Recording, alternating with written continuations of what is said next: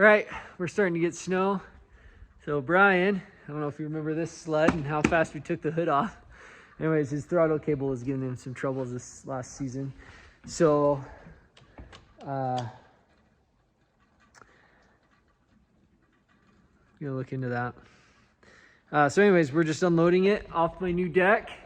Let me get off here and I'll show you. Yeah, this is the deck. So it's just for one sled, right?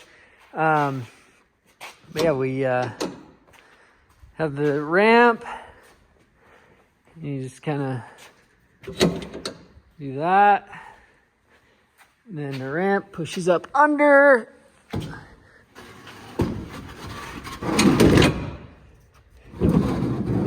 Like that. Pop these in. Well, that one popped in already. And then this just folds up and down. Whoa. Folds up and down. And then push the ramp in the rest of the way. And then, yeah, you're good to go. So it's the best way we found to load sleds if you're just one guy, right? Fastest, a lot for me the last few years. Well, a few years ago, the best way to load, or a lot of snowmobiling, was how fast could I get it all done? Because, yeah, how fast I could get it all done. Sorry, my truck took over and turned off the video. Because I needed to get inside, help with little babies and stuff. So, yeah, it was about speed and efficiency, and we found the best way to do things. I guess sometimes that helps you find that stuff. So anyways, we're gonna get working on his sled, and he should be getting something new soon. Hopefully he is. That's a fine sled. It's a good sled, but he needs something new, something with a turbo, I think. Anyway, so I also got some parts for the watercross build. I'm not sure what order you can see. I'll cover for the dirt bike, stand for the dirt bike, parts for the watercross build, and a jack because I broke my snowmobile stand jack. So yeah, I'll get working on something and see what we do. Okay, so I have the side panels off. So we're gonna replace his throttle cable because it was sticking a little bit. So it sucks to do. I'm just gonna tell you right now. So we gotta take the hood off.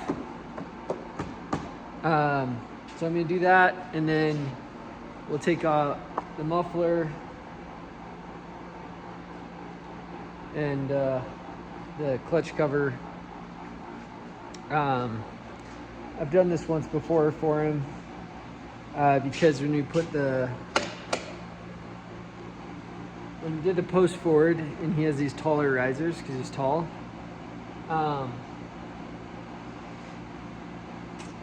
it wasn't long enough, so this is off of like an expedition or something. So I'll get at that stuff and then I'll kind of show you what we have to do. Okay, got it tore down to the point where the real fun begins. So let me flip the camera around, show you what we got to do. Okay, so to get the throttle cable off, you unhook it up here. You unhook it up here, and then you unhook it down on the throttle bodies. Seems simple enough. Not really though, because you can't get a wrench down in there, and you can't get it off of the anything. So we have to take the air box off. Great, that seems easy enough. Nope, because to get the air box off, you have to take the secondary clutch off. But the secondary clutch doesn't come off unless you take it off with the whole jack shaft. So, first thing, and then hopefully I can find it, we're gonna come over, oh, I forgot to take this. We'll take the muffler out, open up this little thing, and we'll take that bolt out that holds the top gear on. I have another bolt that I'll put in a little bit, slide the jack shaft out, and then undo that bolt, and that will hold the gear there. And then I can, once that bolt's out, I'll take the whole jack shaft and clutch out. Then I can take the air box off,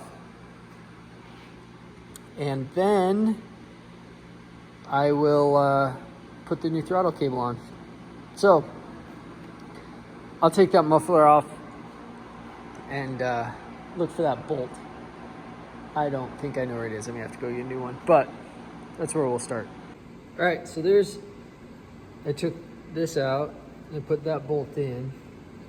So now what that'll do is I'll hold, when I take the jack shaft out, that'll hold the gear up, right? So I don't have to take off the gear case. Now I'll come over here and I take that little keeper off there, and then I can slide the clutch out. Okay, and then you just kind of tap on that bolt and the jack shaft and the clutch come out. So now that that's out, we can, I'll show you this over here too. This bolt, just kind of see it, just holds that in there. They make a special tool, and that would probably be better, but I don't do this very often. So when I go to put it back in, I'll screw that bolt in and kind of work it back into place. So yeah, I'll take the air box out. There's just a couple screws and it comes out. Okay, the air box is out. A couple of things, a few things, lots of things. There are a ton of these clips that the wires and fuel line run through. You have to take those out.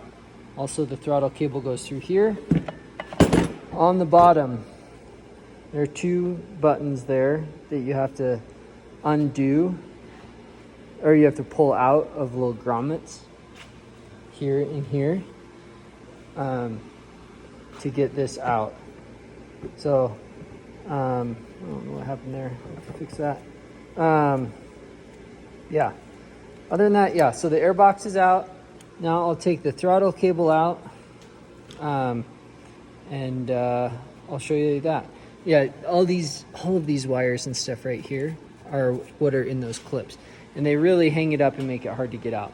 I'd use a screwdriver to kind of get in between the boot and the throttle body and kind of pop those off. But yeah, so that is out, and we'll get moved on to the next thing. I forgot, I had also taken off this clutch guard right here, just because it was easier to get the air box out. So I don't know if you need to. I just thought I'm gonna make this as easy as I can. So I took it out. But anyways, I'm gonna get the throttle cable off now. Okay, I just thought I'd give you a little tech tip. I am zoomed in super close, but I took this is where the throttle cable went into. I unbolted it, and then I was fighting with it forever and realized that if I just came down here, like fully open, no pressure, no pulling on or anything, I could get it out just by pushing it out and pulling it out there. So, here we go. So yeah, I was able to just kind of reach down in, wiggle it out, and then I just grabbed some needle nose and pulled it the rest of the way out. Voila. Anyways, okay, we'll keep going. All right, the throttle cable's in. That was kind of actually a big pain, but it is in and working. One thing, I like to clean out these throttle bodies because they get like clutch dust in them. This one's actually not too bad. But yeah, so yeah, we'll flip it a couple times. Wop, wop, wop. So it looks like it has full range there, and yeah. One thing, you want to push this over this to cover these. I just made sure that these were tight, but that way you don't get water and stuff in them. All right, we're getting everything put back together. Also, when you tighten this up in here, it really pulls the jack shaft and clutch into place. So got that in, got the hood on. Got this bracket put back in. When you're putting the carb boots on, I have to use a screwdriver, kind of push them and pry them on. It's kind of a horrible chore, but yeah, then got everything back together, put this case on, tighten that up, put that cover on, and yeah, and then don't forget to put these back in the places where they go. We're putting those in.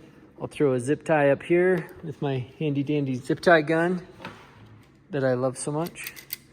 And then we'll fire it up, make sure it runs, and yeah, go from there. All right, sled's back together, working great. Not super hard, just a little bit frustrating. Also, huge likelihood of dropping multiple things down in the engine bay. So make sure you have a magnet. I dropped a few things down in the engine bay. So anyways, videos come out every Wednesday and Saturday, shorts every other day of the week. Let me know if you like what you're seeing. Hopefully we're gonna be riding soon. I'm not sure when you're gonna see this. Maybe we're already riding. Probably not though. And I'm not sure when you're gonna see these sleds getting built. So a lot to do around here, having some fun. Anyways, thanks for coming.